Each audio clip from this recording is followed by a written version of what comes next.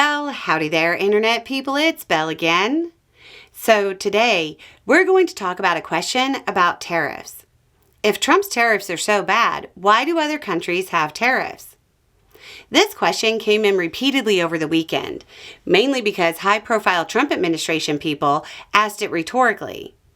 This time, we're not just going to answer the question. We're going to go over some things that help stop you from buying rhetoric even your mom warned you about. We'll go through it step by step in hopes of showing that mommy was right. I'm just going to start by asking a question your mom probably asked you at some point. If all your friends, I don't even have to finish it, do I? You know this has something to do with your friends jumping off a bridge. If tariffs are so bad, why do other countries have them?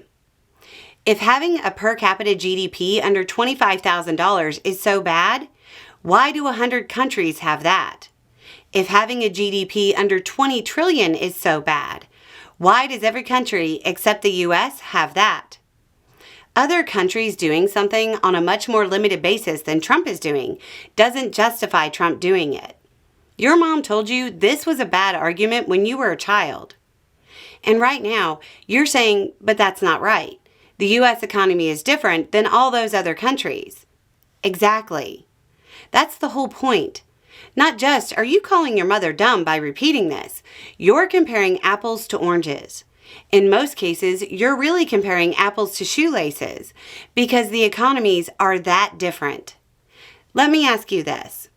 Is there another economy in the entire world that you believe could fight a trade war with the rest of the entire world at once and win? If you support Trump's tariffs, the answer has to be no. Because whatever that other country is would have to fight the U.S., and you believe the U.S. will win. That should show you the economies are incredibly different. Tariffs have their place. I'll put an explainer down below. But there's nowhere where across-the-board tariffs against all your trading partners make sense. One of the biggest differences in the economies is that the U.S. dollar is the world's reserve currency, at least for now. If Trump keeps messing around, we may not be, and then the American standard of living will plummet. One of the main reasons we're the reserve currency is the stability of the U.S. economy. Do things seem stable to you? Let me slip this into your comfort zone. You always say you want to run the country like a business. Just as an aside, that's actually bad. But you love that line of thinking. The U.S. is a business. Fine. If the U.S. is a business, it's at the top of its industry, and it's spent 80 years climbing to the top of the industry, evolving along the way and developing new technologies and ways of doing things. And it's been at the top for quite some time. Now, somebody wants to apply the business strategy and ideas of the company with the smallest market share out there.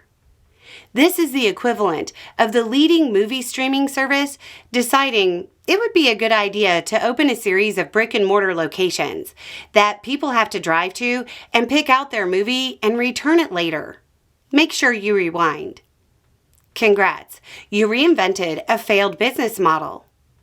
Only in the MAGAverse can you promise to make America great and then look at weaker economies and say, hey, let's do that.